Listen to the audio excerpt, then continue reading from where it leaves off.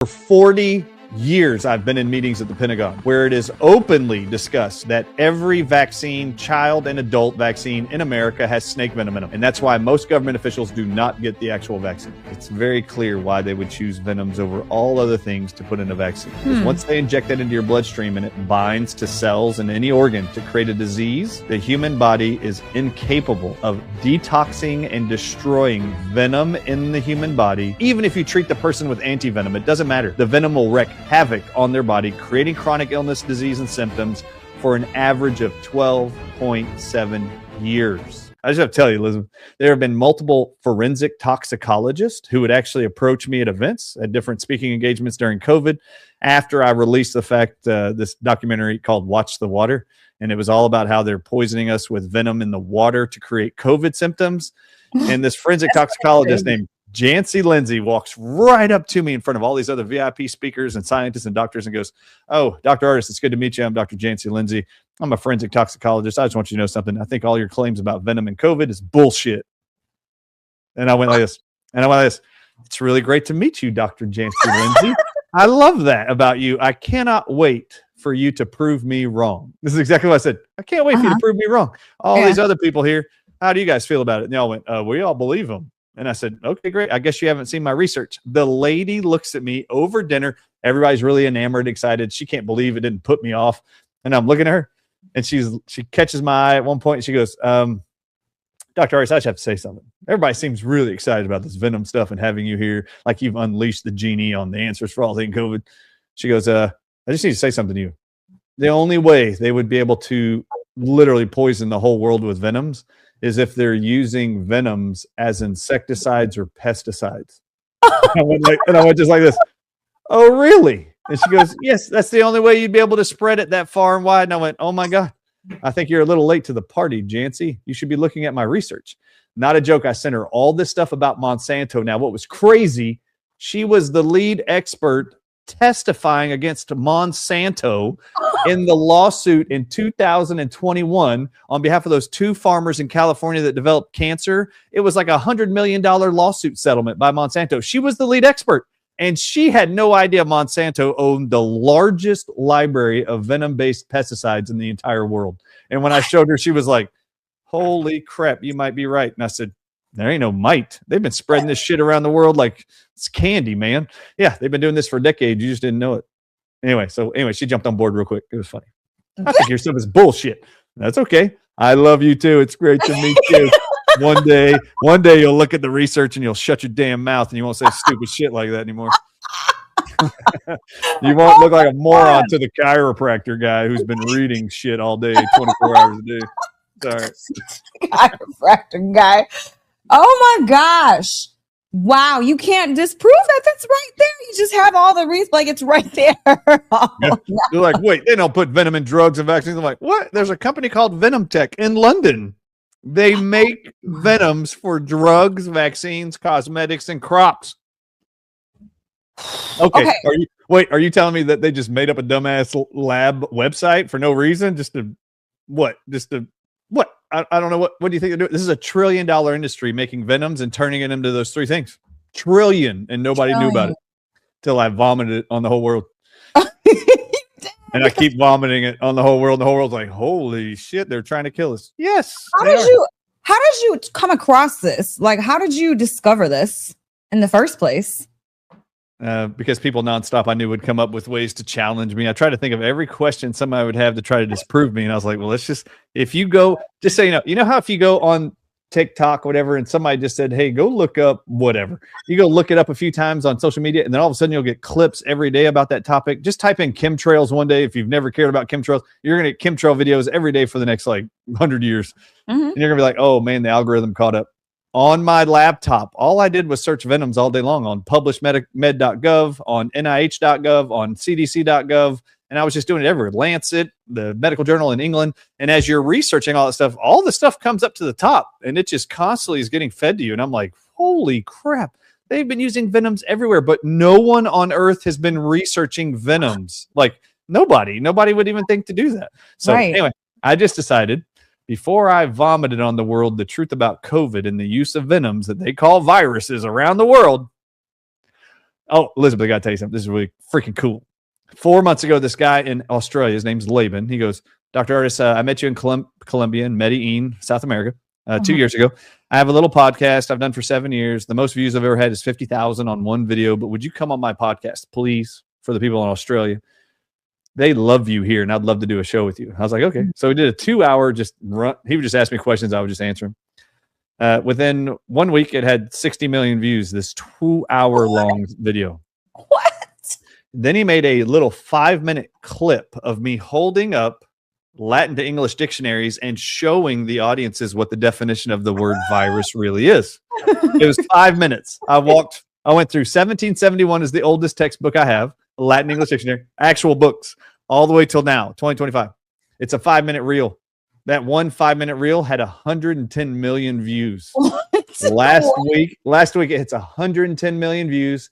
And the Australian government has now blocked access to that video. And when you click on it, this black window comes up and it says, this video is a threat to the public safety of all people in Australia. It is permanently banned. No one can access it.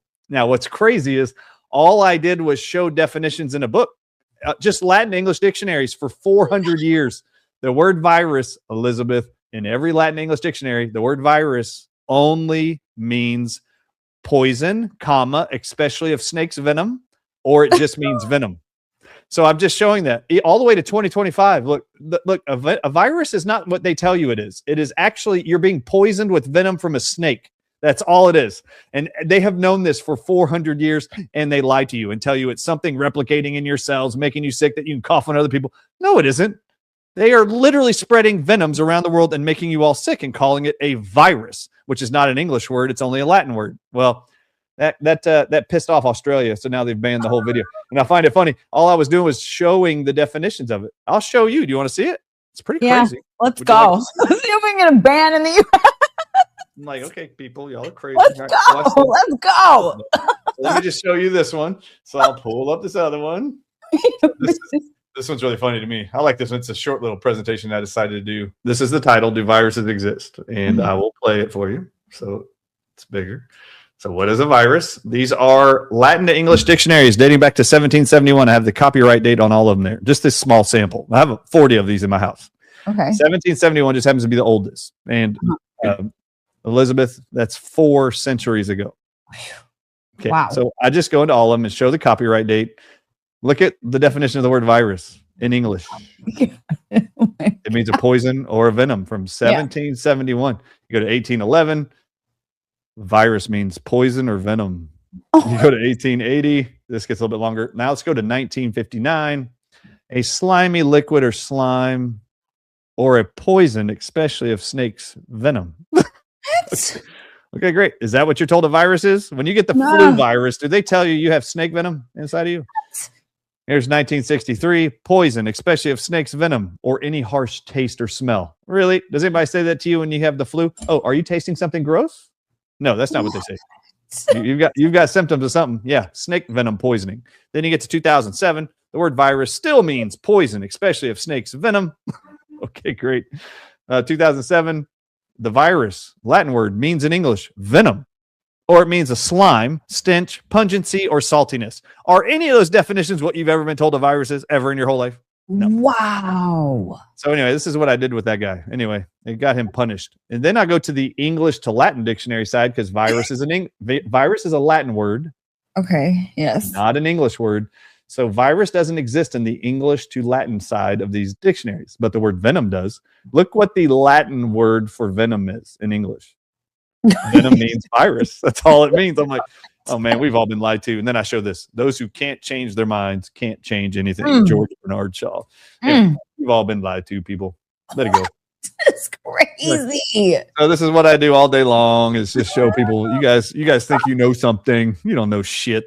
All right, here you go. You're all being lied to. We're all being poisoned intentionally with venoms, particularly that they call viruses. A virus is nothing more than venom. So since we were children, then the common cold is considered a virus. So that's a venom. That's probably some sort of venom that they've. Any virus is a venom. So and I can show you every virus. They break down its molecular structure. Yeah. Every virus has on it a singular protein called a spike protein Yeah. that 100% of all medical research studies say is analogous, identical to snake venom proteins. So Then those words in English, identical to snake venom. Yeah, they're just poisoning you with venoms and calling it a virus. Okay. Wait a minute. Okay. So they're creating these things and then they're releasing them off and poisoning. I think COVID for sure was water. Yes. Oh, yeah. But what about the common cold? What about the flu? What about this other? Is it always water, you think, that the transmission of this? What about 5G or something? Can it travel on 5G waves? No, they can actually simulate the frequency vibration of venom in sound waves, radio waves, and your cells will react like they're being poisoned with venom. But there is no venom in the air. It's just they're making your cells react to feel sick like you have been injected with venom. Yes. So how come it affects some people and not others? That's a great question. So who was not affected by COVID-19? I mean, okay, we're going to go there. Yeah. No, who were the only people that were actually not affected by COVID? You said smokers, right? Smokers were the only people that appeared immune to COVID. Yeah, because they had nicotine in their body. Anybody who eats high-density vegetable diets with nightshade vegetables will be the least impacted by viruses, physically, venoms, because all the venoms target nicotine receptors, which is why they're trying to ban nicotine worldwide in favor of what? Okay, so speaking of flu vaccines. All right, so flu vaccines are the supposed savior for you not dying or feeling sick from the flu every year, right? There's an annual flu virus venom season. So how would they make everybody in America sick every year? They tell you in August to start getting what? Your flu vaccine. Flu vaccines. Guess what they could have in flu vaccines? Venoms are manufactured into drugs and vaccines. So how do you know they're not putting venoms in the vaccines to make people sick? To keep the narrative going. Right. Yeah, you don't know it. So you don't know this, but I'm working with a few other people to develop. I've already found PhDs who already have years of study and lab work in identifying, isolating venoms, snake venoms particularly. And I'm going to be building a lab in the next year or two that's going to hold all pharmaceutical companies accountable who create any vaccine on Earth. And every lot and batch I am moving to make sure we have a third-party independent test them all for venoms. And when I start finding them, we're going to be suing every one of those damn asshole companies who have been lying to all of us about what's on their ingredient deck. Oh, yeah, I'm going to hold you all accountable, you mother effers. I've had people in the Pentagon walk up to me at different shows, pull me backstage from conferences and go, Dr. Artis, I saw your Watch the Water documentary where you said there is snake venom in the COVID-19 vaccines. I just want to tell you how incredible it is to meet you because no one's been brave enough to make that public. I have been in the Pentagon for 40 years. I've been in meetings at the Pentagon where it is openly discussed that every vaccine, child and adult vaccine in America has snake venom in them. And that's why most government officials do not get the actual vaccines or their families. So they know. For 40 years, we have known that they put venom in most of the vaccines for all children and adults. Now, I can explain also, before I get my lab and prove it all to you, I can tell you exactly why they would use venom as vaccines, why they would do it. It's super easy. Once you know why they do it and why they would never tell you, it's very clear why they would choose venoms over all other things to put in a vaccine. Because once they inject that into your bloodstream and it binds to cells in any organ to create a disease, the human body is incapable of detoxing and destroying venom in the human body. For an average, they publish, the venom will stay inside of you, even if you treat the person with anti-venom. It doesn't matter. The venom will wreak havoc on their body, creating chronic illness, disease, and symptoms for an average of 12.7 years. Now, if that is the case, Elizabeth, that gives you 12.7 years on average after any vaccine is introduced. If it has venom in there, that kid will be sick with asthma if the venom gets into their lungs or bronchial tubes, and they will now be able to prescribe you what? At any point in the next 12 years, the parents are going to be like, this kid can't breathe. Yeah, let's put him on albuterol inhaler and nebulizers. Oh, yeah, for life now, they're going to tell you. Now, they've got you hooked on a drug that's going to be used to try to minimize your symptoms they created that your body cannot eliminate on its own without doing what I wrote in my book, How to Detox All Venoms Out of the Human Body. That's why I wrote the book. It doesn't matter what venoms are in your body right now. I can tell you how to detox all of them. That's why I wrote the book. So there's a way to do it naturally and speed up the process so you don't need to be on drugs anymore. Now, if those drugs, those venoms in the vaccine got into your spleen, your patient would now develop lupus and rosacea. And now you're going to sell them prednisone, methotrexate, and Plaquenil for the rest of their life, and you're going to call it an autoimmune disease. No. Yeah. These people are not going to want to suffer for 12.7 years naturally while their body detoxes venom. No, they're going to go to their medical doctor. They're going to have rashes. Psoriasis is also caused by snake venom, by the way. And they're going to go on and get put on Humira and other drugs for the rest of their life and being told it's an autoimmune disease you inherited. No, they injected you with something they know your body cannot destroy on its own for 12 years. And in that 12 years, they're banking the majority of you will end up in a hospital, in a medical doctor's office, and you'll be prescribed drugs that benefit that same industry that introduced the poison in the first place. So what percentage of people, let's just say in America, that have autoimmune disease, do you think is caused from venom? If anybody who's got an autoimmune disease that was developed within a year of any singular vaccine, including HPV vaccines, y'all might want to look at that one. Autoimmune diseases like fibromyalgia, Sjogren's, lupus, juvenile diabetes. If you develop those things within a year of getting your Gardasil shot, you might want to start paying attention. So look at your vaccine schedules, children, adults. I mean, it's pretty disgusting, but even SIDS in babies. SIDS, sudden infant death syndrome. You put your baby to sleep, you go to wake them up, and they're not breathing, they're dead in the crib. That happens 90% of the time within 48 hours of a specific childhood vaccine. Don't tell me that correlation does not equal causation. Yes, it does. In every other scenario in life, it's called the cause and effect scenario. You injected a poison. 2 days later, it can't breathe and dies in its sleep. And yes, they know these venoms target nicotine receptors in the spinal column of the brain that suppress your baby's ability to contract its diaphragm while it's sleeping and its heart to beat, exactly what COVID-19 did. Wow. I bet all of those, because that doesn't even make sense. Sudden infant death syndrome. Oh, and then COVID-19 vaccines get introduced, and all of a sudden now there's a new acronym, SADS, Sudden Adult Death Syndrome. I'm sorry, I haven't heard that one. Really? That's what they're calling it?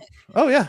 So we've already gathered all the data from CMS.gov, Thomas Renz and his team, and a whistleblower from the CMS during COVID. We got them to pull from multiple states around the country all the CMS data on senior citizens on Medicare who received the COVID-19 vaccines within 2 days of the second shot to be considered fully vaccinated is when 90% of all the people who died after getting the COVID-19 vaccines. That is a sudden adult death. And they called that SADS.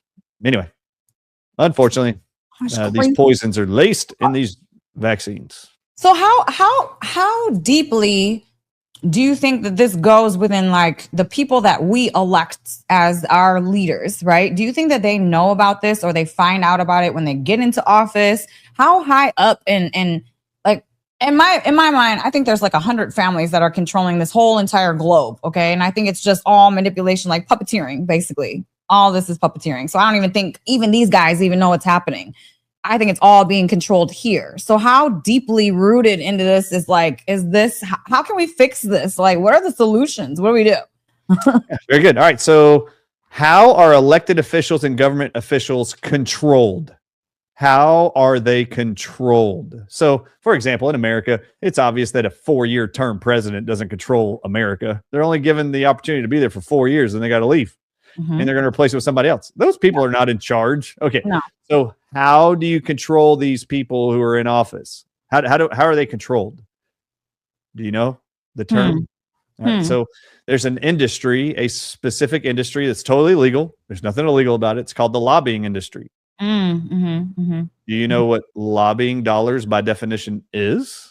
By definition, just look up what a lobbying dollar is by definition. It is a legal bribe to an elected official or government official to make laws and regulations that favor your industry. So who's the largest lobbying industry in America? Elizabeth Carson. Pharma. Big pharma by far. So let's give you some perspective here. Okay. Anybody can go look this up and Google it. Dr. Artis and Elizabeth Carson aren't just yapping here and making up shit. Go look it up. In 2025, 5. What was the largest lobbying industry in America? The pharmaceutical industry. How much money did Big Pharma legally give bribes into the pockets of all your elected officials last year in America? We're talking county seat members, city mayors, state governors, federal elected officials, senators, congressmen, your president. Okay, look, the number is $383 million in 12 months was paid to them from that one industry alone. And it is the number one paid out lobbying industry last year.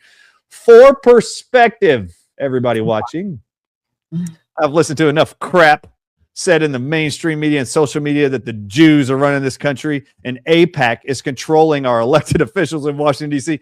Go look up what AIPAC donated in 2025, and you tell me how in the hell would they be controlling everyone in the government. Go look up what the amount is compared to Big Pharma. Big Pharma gave $383 million last year to your elected officials. In America alone, AIPAC paid out $3 million. 1/100th of what Big Pharma did last year. So don't tell me they control this world. The pharmaceutical giants of this world control all governments of the world. And that is why, in unison, 200 countries today are actively banning nicotine and tobacco products from all their countries because the government officials who make decisions, because they're being paid to, that favor their industry, which is Big Pharma, knows that nicotine and tobacco, because of yours truly and individuals like you, Elizabeth Carson, who are helping get the word out that nicotine and tobacco, those who used it never needed a COVID-19 vaccine ever. And the fourth most revenuing product for all of Big Pharma worldwide is, you guessed it, vaccines. So if you knew that the majority of all vaccines worldwide were to address viral infections like HIV, rabies, COVID, measles, mumps, rubella, polio, yellow fever, malaria, which is a parasite. Let's go to smallpox, chickenpox, shingles. These are the viruses, the viral vaccines you're given. Did you know all viruses are blocked by nicotine and tobacco? So now you will understand why 200 countries worldwide are being bribed to ban nicotine and tobacco products from over the counter, because they've got 10 more pandemics that are all viruses they have already named that will be coming up here in the future. And if you don't know what that list is, go look up Gavi's website, Bill and Melinda Gates Vaccine Initiative. They've named what the next 10 viral pandemics will be. Every one of them will have a viral vaccine that you don't need, because nicotine over the counter or tobacco in the plant would prevent you from getting sick ever. And it stands in the way. This narrative, the reason why this blows up all over the place, Elizabeth, when you and I do these interviews, is because this truth stands in the way of them profiting off of their other higher revenuing products, which their number one revenuing product is cancer. Well, did you know every venom on earth causes cancer? Did you know that? Really? Did you know that the National Cancer Institute in 1956 paid Dr. Stanley Cohen and his buddy Rita to do a research study? Now, get this. The National Cancer Institute, go look up their mission statement from the 1920s when they were founded. Go look up what their mission statement is. They said they're going to collect donations and fund research to rid the world of cancer, cure the world of cancer. 30 years later, in 1956, the same group gives money to two scientists and said, we are going to supply you with snake venom phosphodiesterase, and we want you to inject it into birds and mammals, and we want to see how fast you can create cancer. And they figure out that within 72 hours, they can grow a brain tumor called a glioblastoma in less than 72 hours with snake venom. And then they publish that this invisible side effect to create brain tumors with venom is called, they named it, nerve growth factor. You present any venom to the brain of an animal or mammal or human or their spinal column or nerve, it will rapidly start growing a mass, a tumor, a brain tumor called glioblastomas. Now, Elizabeth, every oncologist on earth knows and uses the phrase nerve growth factor in relationship to every patient with any neurological cancer ever. Today, they still use it. But that phrase had never even been created except to describe the side effect of venom. that Dr. Stanley Cohen said in 1956 was an invisible side effect of snake venom in the presence of brain matter. Okay, great. Then in 1961, the National Cancer Institute again gives them more money and goes, okay, now that you proved you could create brain tumors in 72 hours with venom, remember the National Cancer Institute said, we're here to receive donations to rid the world of cancer. Why are they funding someone to create cancer more rapidly? Turbo cancers. Y'all heard this phrase? 1961, they're the same two guys or girl, a guy and girl, Stanley Cohen and Rita, are actually given snake venom phosphodiesterase again. They're given mammals, and they want to know not just brain matter and spinal cords. If we expose snake venom to their pancreas, kidneys, liver, lungs, heart, will they develop cancer in all of those tissues too? And they do. And they call this invisible side effect within 72 hours to create cancer in any tissue of the human body with venoms. They describe it as this invisible side effect, epidermal growth factor, EGF. So now, Elizabeth, nerve growth factor and epidermal growth factor are two descriptive terms every oncologist in the world uses to describe how fast a cancer is growing inside of a person's body, depending on what organ the cancer is growing in.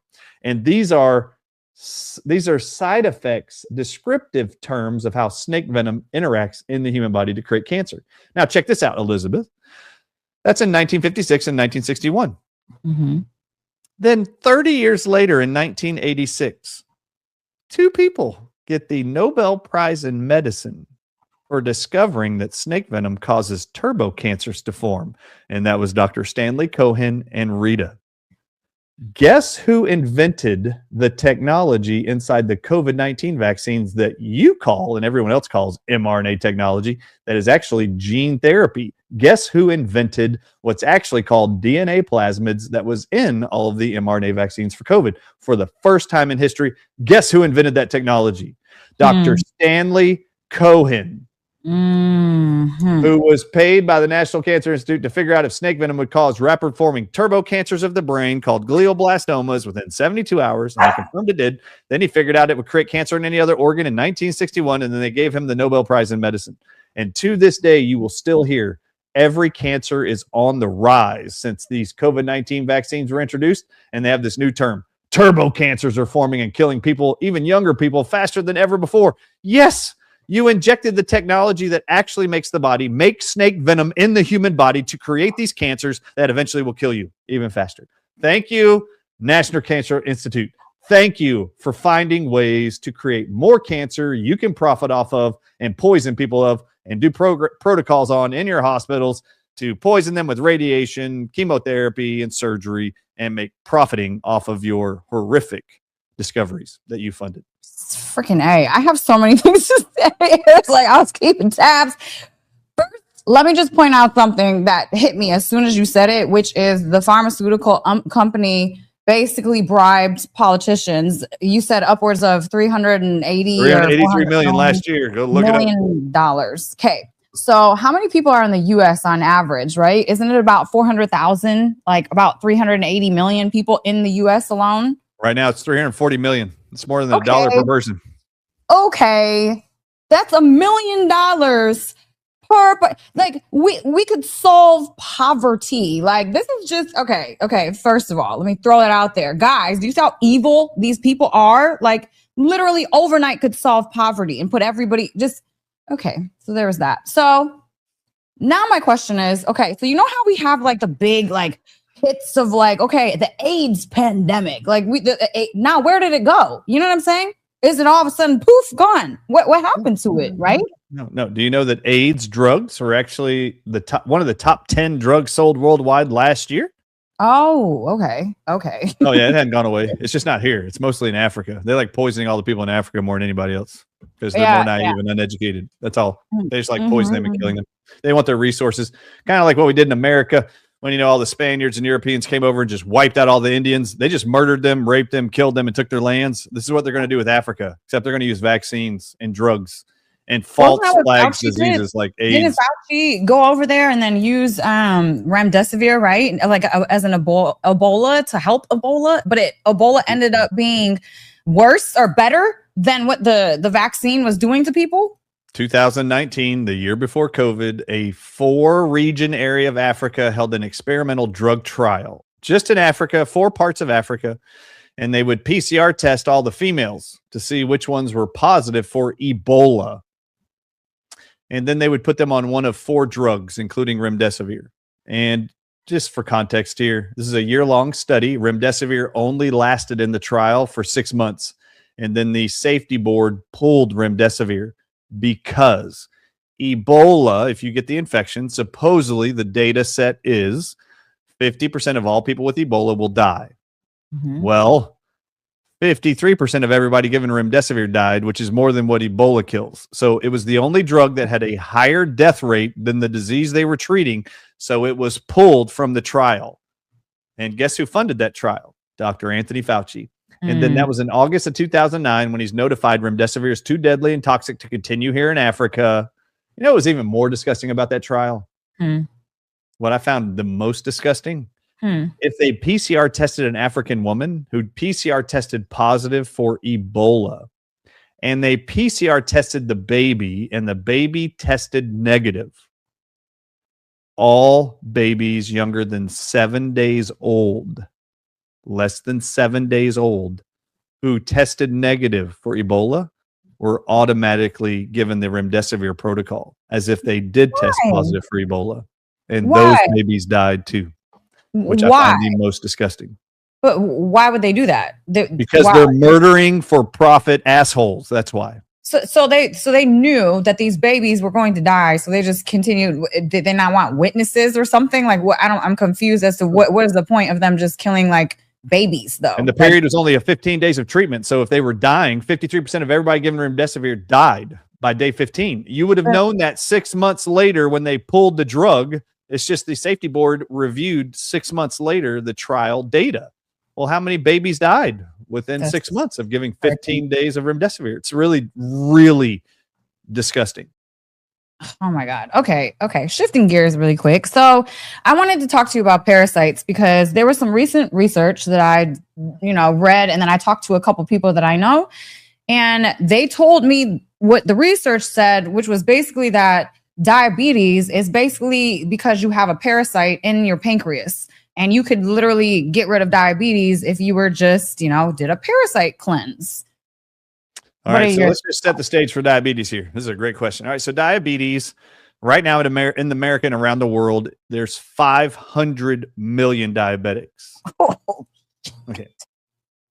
After COVID ended, May 23rd, May 2023, Joe Biden says there's no more an emergency of COVID, makes the pandemic go away. The very next month, the World Health Organization publishes that so many people were created as new diabetics during COVID that they had the World Health Organization statisticians figure out what's going to be the exponential growth rate of diabetics between now and 2050. They publish right now there's 500 million diabetics. By the year 2050, there will be 1.3 billion of the 8 billion people on the earth will be diabetic. Now, okay, so let's just stay there. This is a big deal. Did you know, Elizabeth, 95% of all diabetics worldwide are curable? They're called type 2 diabetics, and all of them are curable. That is a known fact. You can cure everybody with type 2 diabetes. It's just type 1, which makes it 5%, which means out of the 500 million right now, 50 million would be 10%. That means 25 million would be 5%. That means only 25 million of that 500 million can't be cured right now because they're type 1 diabetics. But that means 475 million people worldwide can be cured of diabetes. Okay, so just stay there. Just know you can all be cured. But man, a buttload of people that work at Eli Lilly are making a crap ton of money owning the monopoly on insulin drugs, metformin, glucophage, Ozempic, and Wegovy, now touted as diabetes drugs, just so you know, which is the number 2 revenuing drug last year in the whole world, Ozempic, just so you know, which is ridiculous. Just so y'all know at home, none of y'all have diabetes because you're deficient in a venom of a lizard called the Gila monster lizard's venom. That's what's in Ozempic and Wegovy. Just so you know, you do not have diabetes because you're deficient in a venom of a lizard that is deadly and toxic. Okay, so that's all it's in there. There's no GLP-1 in there at all. It's only Exendin-4, EXENDIN-4, which in 1956 was discovered in the venom of the Gila monster lizard. I have the textbooks from the pharmaceutical companies from 1956 when they discovered this venom and wanted to turn it to a drug. which was introduced to America, thank you, FDA, in 2017. So anyway, there you go. Now you know what that is. So diabetes, you mentioned parasites. Yeah. Every American medical doctor and nurse who leaves nursing school, medical school in America and Canada are told parasites do not exist in America. Yeah, I'm sorry. For 4 straight years, you were totally bamboozled, lied to. Parasites don't exist in America. All right. So why would anyone even believe that? Okay, sorry.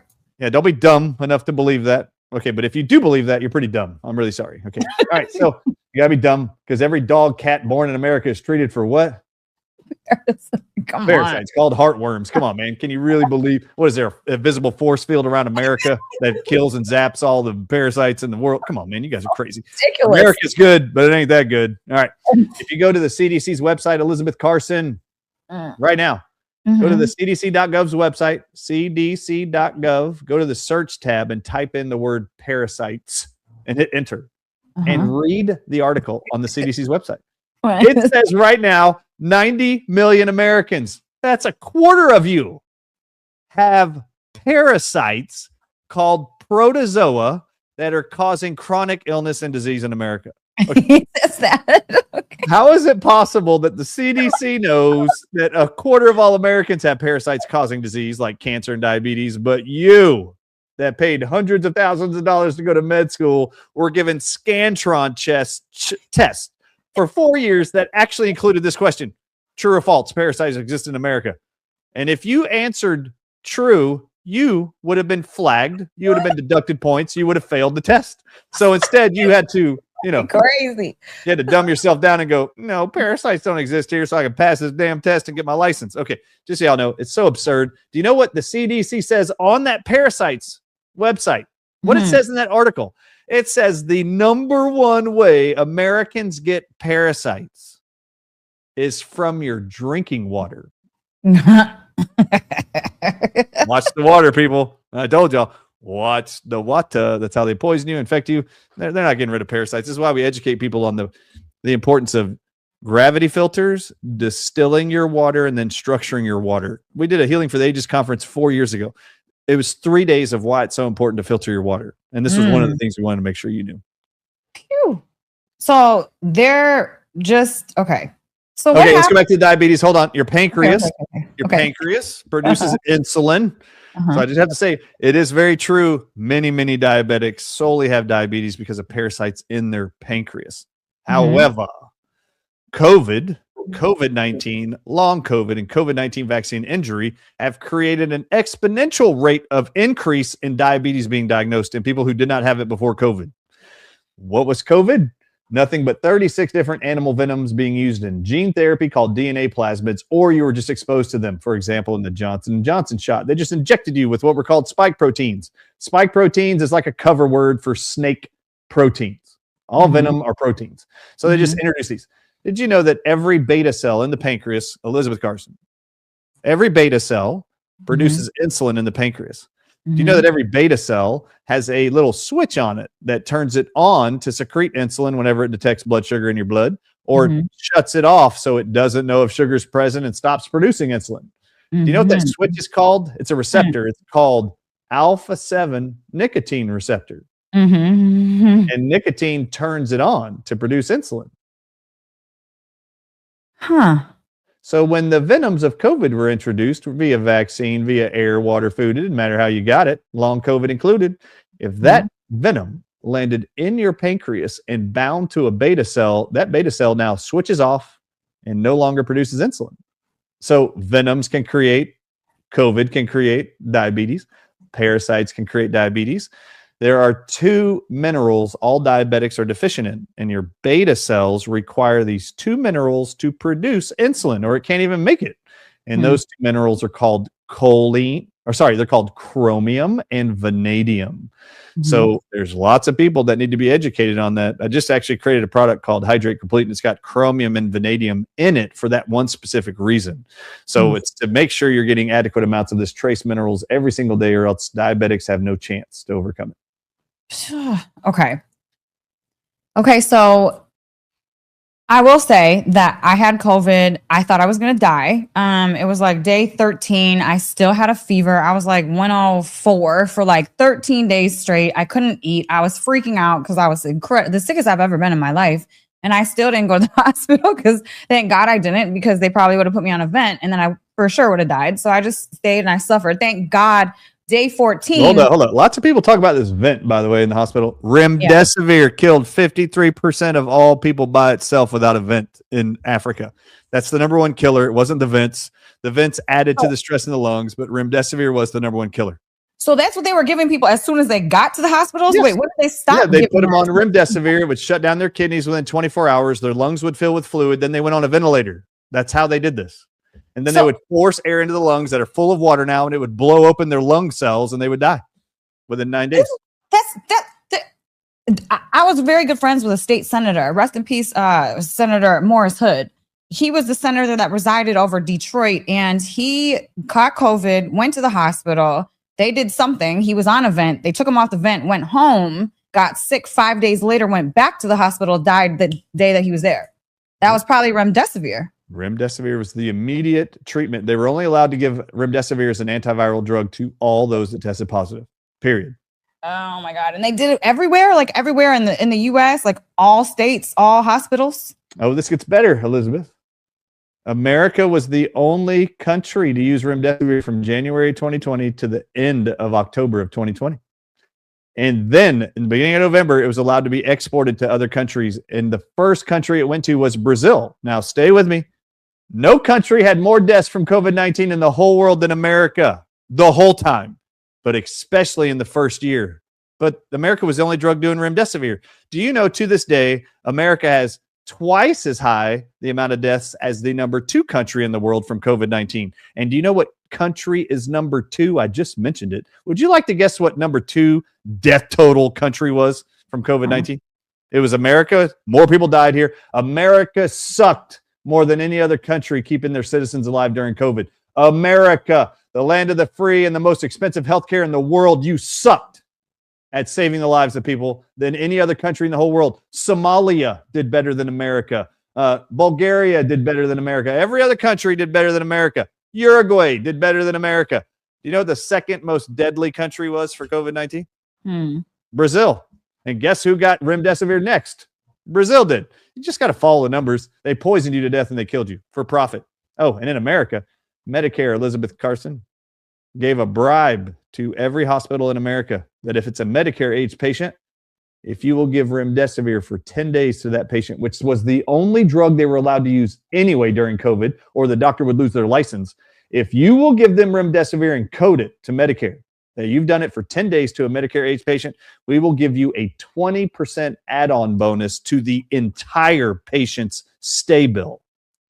And they did that the whole time during COVID. It was a murder for profit scheme. And medical doctors and nurses around the country, you help to murder people for profit for your boards. And most of your board members, you should know it at every hospital, are bankers. You should go look at the board members that run your facility. I read that. The majority of them are bankers. And did you know, a lot of people like to think the bankers rule America? Okay. Do you know, I actually looked it up the other day. Google it. How many physical bank buildings are in America? Do you know there's like multiples more of hospital buildings than there are banks in America? There are like 10 times more hospitals than there are bank buildings in America. That should disgust you. So where's more money going? More money goes in and out of hospitals than banks all day long in America. This is why bankers make up the boards of all of these massive profiteering hospital systems. It's amazing. Nothing is more profitable than healthcare in America out of the fear of death, that and religion. Yep, I agree. And just you can't even hide. Like, this stuff is out there at this point. Like, what are people doing? Just choosing to still? I can't. I'm sorry. We've all been conditioned to trust the white coat since the Flexner Report came out in 1910, which the Carnegie Foundation and the Rockefellers paid to have done, which was to rewrite the entire curriculum of Canada's and America's medical schools. It's called the Flexner Report, written by Abraham Flexner. And that was funded by Carnegie Foundation and the Rockefeller Foundation. And they literally wiped out all nutrition, training and education in all medical schools. They took out homeopathy. They made sure chiropractic was banned and then threatened, and people were imprisoned. Literally, every chiropractor was thrown in prison and jail for the next 40 years, literally for the next 40 years for practicing medicine without a license after the Flexner report came out because they were curing conditions without drugs. What year was that? Oh, from 1920s up through the 1970s. In fact, it wasn't until Wilkes, Dr. Wilkes, a chiropractor, took the American Medical Association all the way to the Supreme Court, and the Supreme Court ruled in the chiropractic's favor that they stopped imprisoning chiropractors for practicing medicine without a license. That's the assholes we're dealing with. They believe they are all powerful, all knowing, and they're going to dictate life and health for you. And they've literally tried to destroy everybody else. And they have. They've done a pretty good job.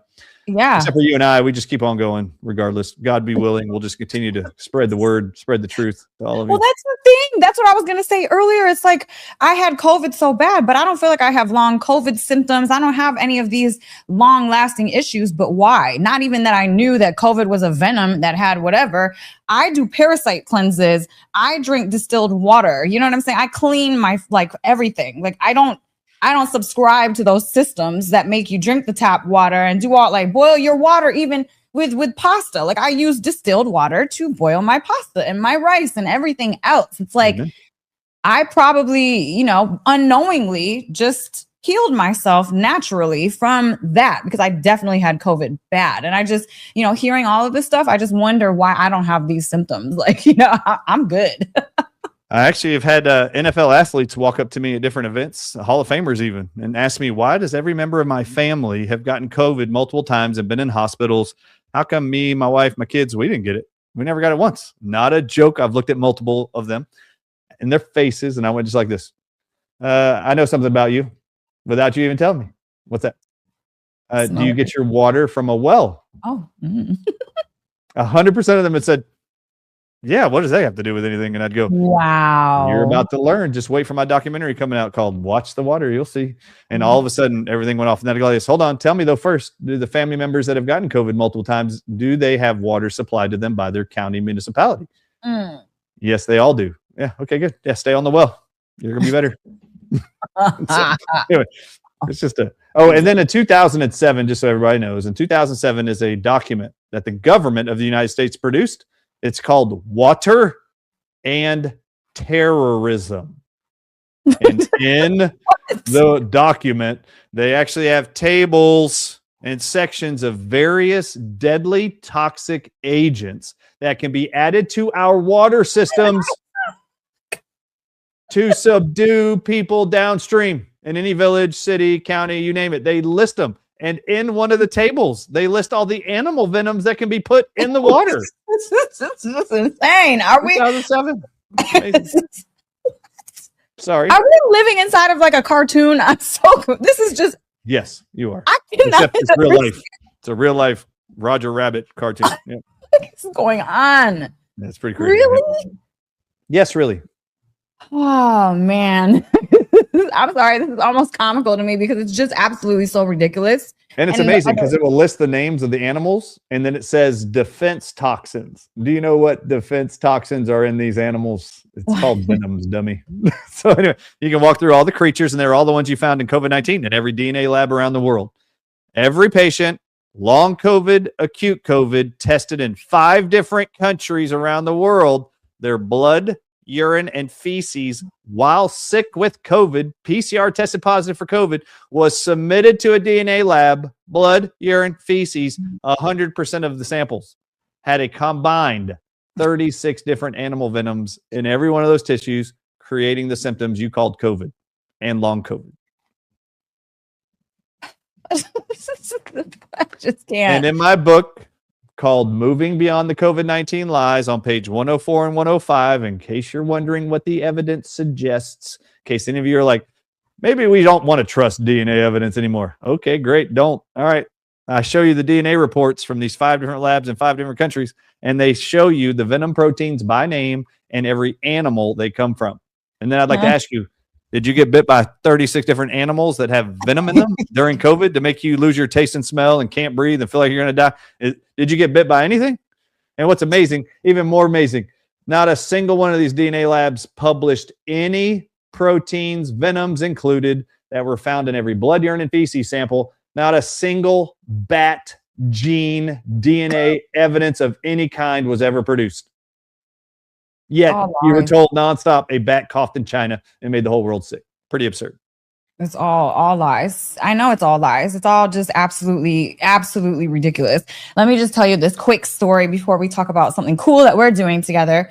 So my brother has been sick my whole entire life. He needed a kidney transplant. Both his kidneys failed. So I go over there and I'm watching him eat this big bowl of pasta and like this tiny glass of water. And I'm like, don't you think that you should be eating like a salad or something, you know, a little bit different than a big bowl of pasta? And I'm like, and I think that you need, like, he was drinking like fruit juice or something. I'm like, drink some water. And then my mom said, oh, well, the doctor said that this is really good for him and that he shouldn't drink water, just little sips of water here and there. Why would they say that?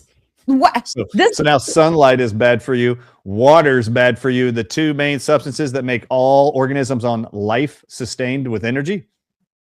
I was like, I can't even stand here. I was like, I gotta go. This is, but and then these people believe this, and there's some sort of weird conditioning. I think they got some mind control agent in something that they're putting out there too, because just the ridiculousness of like the conditioning where people can't see when it's literally right in front of them. There has to be some sort of something that's affecting our brains, you know? Yeah. All right. So very, very true. So let me just give you an example of how it is. Unfortunately, many specialists called medical doctors in their various field, even board certifications, how you've all been lied to, like literally lied to, and then tested to make sure you can repeat the lies confidently to your patients forevermore. All right. So tobacco, the plant, is a part of what's called the nightshade vegetable plant family. All right. So nicotine is just one nutrient in tobacco, just like all the other nightshades. So if you can't think of what a nightshade vegetable is, eggplants are one, red tomatoes are one, your bell peppers, zucchini, squashes, these are all included. Okay. So one thing all nightshade vegetables have in common are high doses of nicotine. So eggplant has nicotine, red tomatoes have nicotine, bell peppers have nicotine, tobacco has nicotine. All right. So nicotine, I just want you guys to know this. Nicotine by itself is 4 times more anti-inflammatory than any amount of inflammation it will ever create, which is similar to like prednisone and steroids. So it shuts off pain. Nicotine does. Nicotine shuts off pain. Mm-hmm. What's the number one reason why people go to a medical doctor? They're in pain of some sort. Okay. Inflammation. You'll hear it all the time. Your condition, your disease is caused by inflammation. Well, nicotine shuts off inflammation. That's what it does. 4 times more powerful than any amount of inflammation it'll ever create. Now, watch this. Tobacco, nicotine is in the nightshade vegetable family. Mm-hmm. Any rheumatologist, board certified, who gets certified to handle rheumatology conditions, which includes gouty arthritis, rheumatoid arthritis, osteoarthritis, psoriatic arthritis. If you have arthritis or an autoimmune disease, you're going to be referred to a rheumatologist, and they're going to recommend prednisone, a steroid, methotrexate, chemotherapy, Plaquenil, which is hydroxychloroquine, a drug for parasites. They're going to recommend that to you for the rest of your life. And then they're going to say this to you. Now that you've been diagnosed with an autoimmune disease of pain in your joints, I also have to make you aware this is what they're told to tell their patients in order to pass the test to get their board certification. They're all told to tell their patients, you can't eat nightshade vegetables unless you want to have more pain. All right, so I just need you to know the reason why they're told to say that is because the pharmaceutical industry writes the curriculum for all the medical doctors in school. And if you don't tell your patients that and they eat nightshade vegetables that has nicotine in it, you're going to shut off all the pain in the person's body. Why would they show up again to get prednisone, methotrexate, and Plaquenil refilled?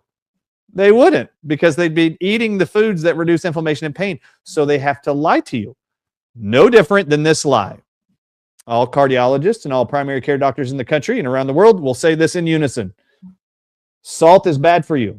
You should not consume salt. Salt at any high amount will create increased risk of strokes, high blood pressure, and heart attacks. So to prevent strokes, high blood pressure, and heart attacks, we're going to tell the whole world to reduce their intake and limit their intake of salt.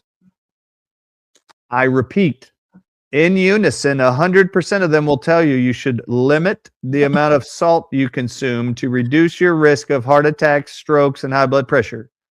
All right. Any of those three scenarios, by the way. In fact, I was just on a plane coming from England, and a 90-year-old person had a stroke on the plane. And it was so exciting. Not a joke. Okay, I won't tell that story. It was amazing.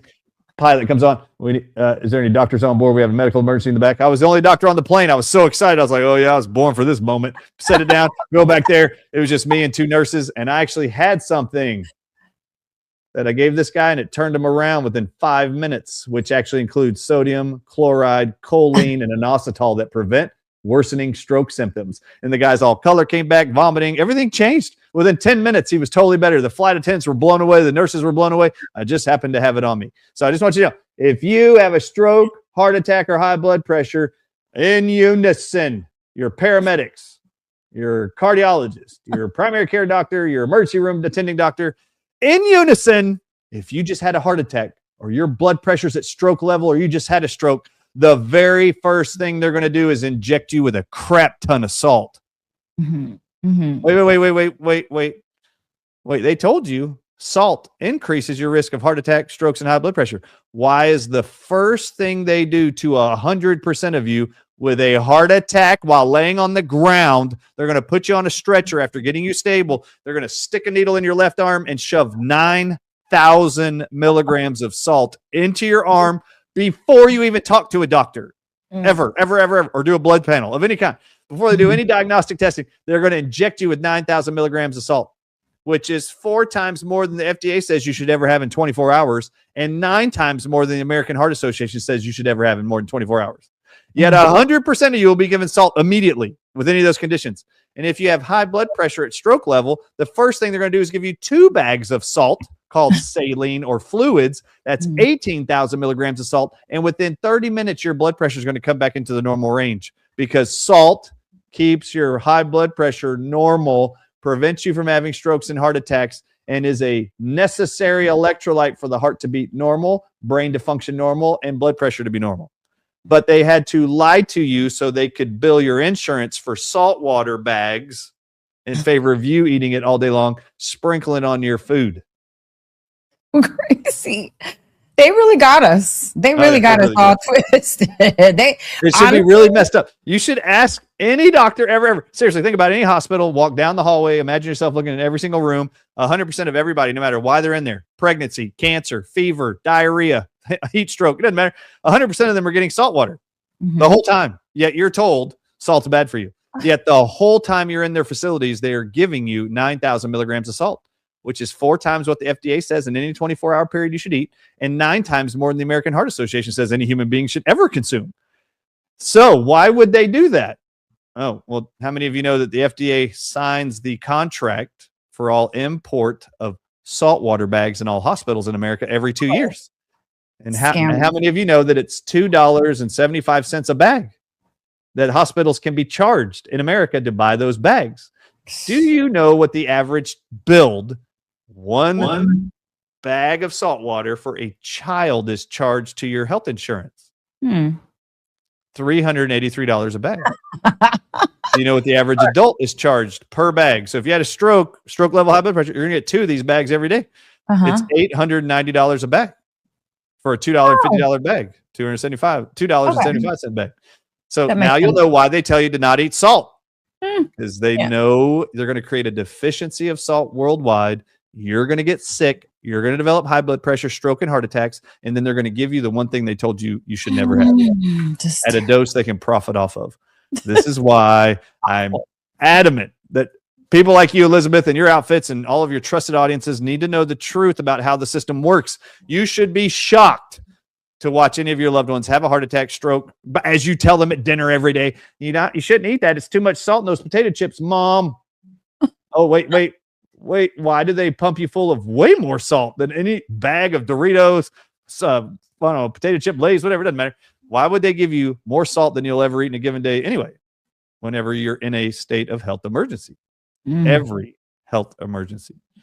Anyway, for those of you who avoid salt, you should ask yourself, how come I'm taking these prescription drugs called Lasix, diuretics, and hydrochlorothiazide to lower your blood pressure? Mhm. Did you know that hydrochlorothiazide is synthetic salt? Really? Yeah, to lower your blood pressure. Oh my God. Okay. Really? Anyway, Wow. you've been bamboozled. You've been lied to in reverence of profits over your health, personally.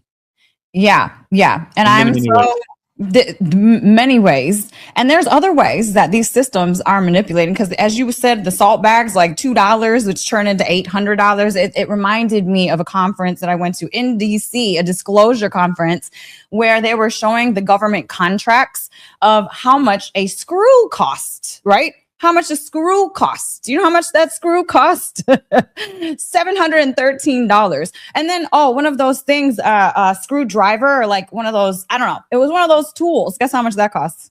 No idea. $1,200. A washer. Guess how much they charge for a washer? $100. Yeah, no, it was like $230. Like the government should be listed as contractors for Home Depot and Lowe's, and they'll even get a discount at Home Depot and Lowe's. We are being bamboozled, manipulated, systemized, just so we can walk around in fear, so that we won't catch what they're really doing, so we can continue to pay them for things that we don't need. And I'm so glad that you and me together are taking this on the road, because I thought it was so important, Dr. Artis, that people hear this type of information in person, so that we can do this without being censored, because like these platforms, they'll like wipe your whole channel down quick. So, Oh yeah, the Australian government just locked down a video that had 110 million views in Australia, where I just showed the definition of the word virus from 400 years worth of books called Latin English dictionaries, and that bandit said it was too dangerous for the public safety of those in Australia. Oh, really? All I did was show definitions. It's amazing. So threatening.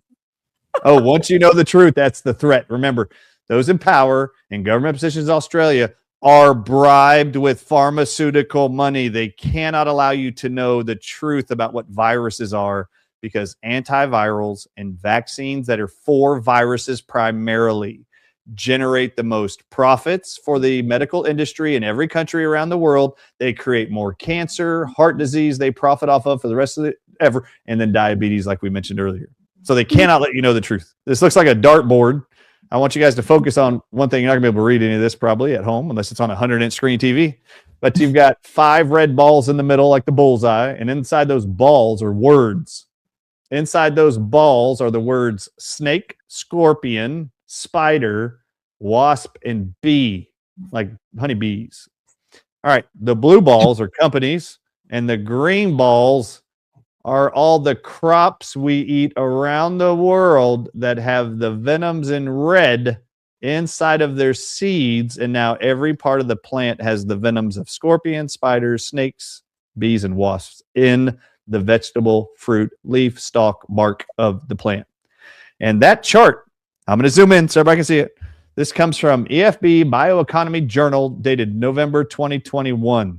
Applications of venom biodiversity in agriculture. How many of you knew they were even using venom to grow your food? All right, so now we're going to zoom in.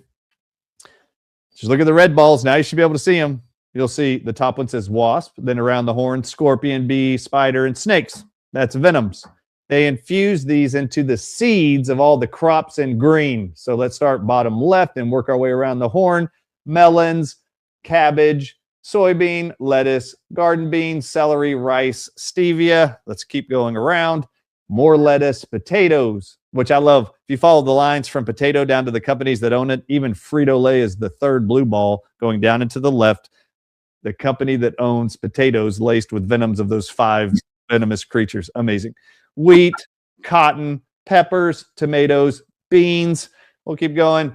Corn, pea, watermelons, radishes, squashes, cucumbers, tobacco, sweet corn, canola oil, sunflower, and melons. We're back around the horn. These are all some of the plants that now these companies in blue all own the patents on, of seeds that are infused with venom to grow in the crops. And now let's discuss the highlights of this research study. Let's start with the first bullet point for all of you at home going, what in the world is Dr. Artis and Elizabeth Carson talking about? All right, this is the highlights from this 2021 research study. Scorpions, wasp, and snake venom are being increasingly reported in patents in agriculture. Giant agricultural biotech companies like Monsanto, who owns Roundup and glyphosate, are the main assignees of these patents. So these crops with these genetically modified seeds that have venom from these 5 creatures in the seed to grow venom into the plants, they say allows the plant to now be resistant to bugs. Read the 3rd bullet point. I do not have it underlined. Venom biodiversity is being used mainly to develop insect-resistant new crop varieties and pesticides. So they say now, if the whole plant can have venom in every part of it, if a locust lands on there and eats a leaf, there'll be venom in the leaf, and the actual locust will die because scorpion and snakes hunt these insects and kill them. And then let's look at the 5th bullet point there, or 4th bullet point. Commodities like soybean, corn, cotton, rice, and wheat are the leading in new crop varieties. Now, everybody, look at this. Okay, this is my favorite statement from the whole flipping research study. Agriculture, environment, and society are benefiting from this use of venom, biodiversity, and biotechnology. Wait, hold up. You and I are a part of society. I'd like to know, how is it that society is benefiting from venom being in our food, but yet you never told us? Don't you think you would tell people? I mean, every time there's a new iPhone that has some new feature, they tell you in commercials, hey, this is going to be much easier to use this AI Gemini of Google and Apple and blah. Okay, they tell you this is going to benefit your whole life. How come no one has ever told you but me and Elizabeth Carson that your food supply is now laced with venoms from snakes, scorpions, wasps, bees, and spiders? Why? Why aren't they telling you? Have y'all seen commercials about this? Has Frito-Lay put in commercials now about their new Doritos that are laced with corn from venom of snakes? It's crazy. And all of society is benefiting from it. If they're not telling you, it's obviously not just beneficial. I think they would tell you. Right. All right. So the results indicate, as they do a research study here to look at all the venoms being put into patents for agriculture and pesticides, the results indicate an increasing frequency in patents related to animal venoms being used in agriculture. They list several right after that. Scorpion, snake, and wasp appear most frequently. The benefits of using natural venoms in insect-resistant plant varieties and biopesticides are pertinent to agriculture, the environment, and human health, Elizabeth Carson. Hold on. Anybody at home ever been like this? You know what? I have a really sickly kid. If I could just get more animal venoms into them, they would be healthier. Man. Does anybody really believe this bull crap that venoms improve human health? Seriously, all of us have been programmed by God that when you see a deadly venomous creature, even as a toddler, you run. Yeah. It is not good for you. It's dangerous for you. All right, so let's read some of this. In nature, venom serves species to attack enemies, prey, and for self-defense. Scorpions, snakes, and spiders are among the venomous animal species whose purified poisons are widely used, especially for medical purposes and for the development of antibodies detected or dedicated to the treatment of bites of these creatures. Okay, I can go with the antivenom thing. However, lisinopril, a high blood pressure drug, is made from the venom of the Jaracus viper in Brazil to lower your blood pressure. Did you know that? Ozempic and Wegovy are Gila monster lizard venom from a deadly lizard in the deserts of the United States, and that's a drug. That's medicine. Such features have been explored for developing new biocompounds with applications in several areas, such as pharmaceuticals and agriculture. Okay, now I want to stop there and take you to the next phase here, okay? Let's just show you how dark this gets. I want to introduce you to this company. Can you see the screen, Elizabeth? Mm-hmm. This is called Venom Tech. Now, Venom Tech is a company in England, in London. And can you guess what they produce? I mean, the name is Venom Tech. Venom Tech. All right, here we go. You ready? All right. Vaccines. Fast track your research effectively and successfully with our targeted discovery arrays. And they have 3 categories in which they produce venoms from various creatures. And they show you the 3 categories all venoms are being used in. Drug discovery, which includes drugs and vaccines.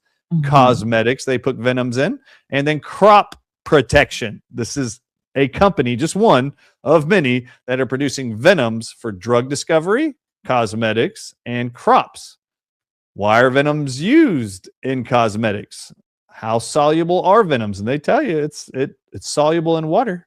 Can venom peptides be made into drugs? Yes, there are venom peptides already on the market. For example, Byetta, which is actually a GLP-1 drug like Ozempic and Wegovy, Equistatin, a cholesterol drug, and Prialt, a pain drug, are already on the market made from venoms of creatures. Venoms have also been used in the discovery of other drugs, such as angiotensin-converting enzyme, ACE inhibitors like lisinopril I just mentioned earlier, like captopril. Captopril is the generic name of lisinopril.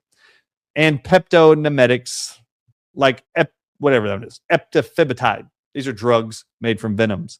Then they dive into all kinds of diseases that venoms are turned into drugs, and this company makes them. This is from their website.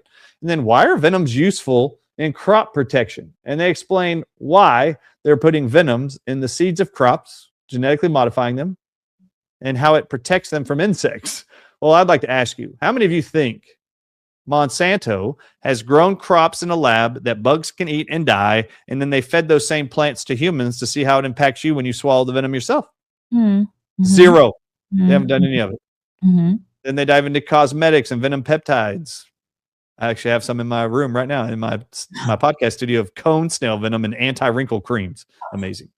So then they say, what is the composition of Venom Tech's library of venoms?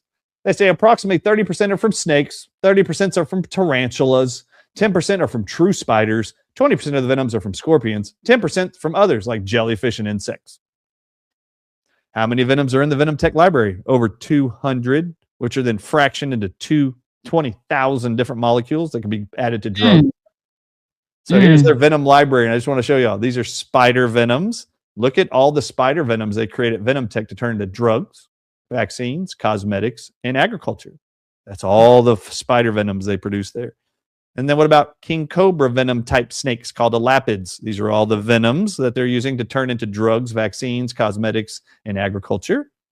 How about scorpions? These are all the scorpion venoms they produce at Venom Tech for your drugs, vaccines, cosmetics, and agriculture. You can't get away from it. Here's some deadly insects. There's their venoms that they manufacture. How about vipers that they turn into ACE inhibitor drugs for high blood pressure? There's a list of all the viper venoms that they turn into drugs, cosmetics, vaccines, agriculture. And then these guys are the ones they're turning into Ozempic and Wegovy. Those venoms. And then they dive into, on this website, how they're using venom from a king cobra to treat pancreatic cancer. Wow. This is amazing. All right. So these are just different research strategies. Now they're targeting breast cancer with animal venoms. Yeah, they're using venoms all over the world. You just don't know it. Developing a compound library from cobra venom and the results. Cytotoxicity screening against colorectal cancer cells. Now Venom Tech is looking at king cobra venom for colon cancer. And then they're looking for Staph aureus bacteria. Does venoms work as an antibiotic against bacterial infections? You don't need antibiotics anymore. You just need venom, Elizabeth Carson. If it doesn't kill the bacteria, it's at least going to kill you. And then, the bacteria is going to have to die at some point. And these are the three venoms they're looking at. Cobra, this beautiful snake, copperhead, and then tarantula venoms for antibiotics. Those are all like deadly. Really? Yes, very deadly. So anyway, I just want you guys to see they're using venoms all over the world in the ways in which they are using them. And I just wanted you to see this is a major, major issue that I'm very concerned about. And it explains a lot of the reasons why people have diseases. If these venoms are introduced into your body through drugs, vaccines, cosmetics, or your food, the human body does not produce detoxing elements to venom. And it is published by all medical research that even if you got bit by a scorpion, swallowed scorpion venom, no matter, or spider venom, snake venom, it will stay in the human body for 12.7 years, causing wreaked havoc, symptoms, and chronic diseases that within that 12-year window of time, you're going to go to your medical doctor complaining of any symptoms. If the venom ends up in your joints, you're going to develop inflammatory conditions. They're going to put you on prednisone for life. If it ends up in your pancreas, you're going to develop diabetes. Now you're on insulin for life, metformin, glucophage, Ozempic, whatever. If it ends up in your adrenals, you're going to become fat because your cortisol is going to go out the roof. You're going to gain weight. You're going to be put on Ozempic for life. And if it ends up in your brain, you're going to develop Alzheimer's, Parkinson's, and MS that they're going to drug you for life. If it ends up in your kidneys, you're going to develop high blood pressure and chronic kidney disease and end up on dialysis that they're going to profit from life. And you're going to get sick in those 12 years, and it's plenty of time for you to show up eventually with nothing else working. And this is why I wrote my Amazon best-selling book worldwide, Moving Beyond the COVID-19 Lies, with all the antidotes to the many venoms I just showed you that are being produced around the world.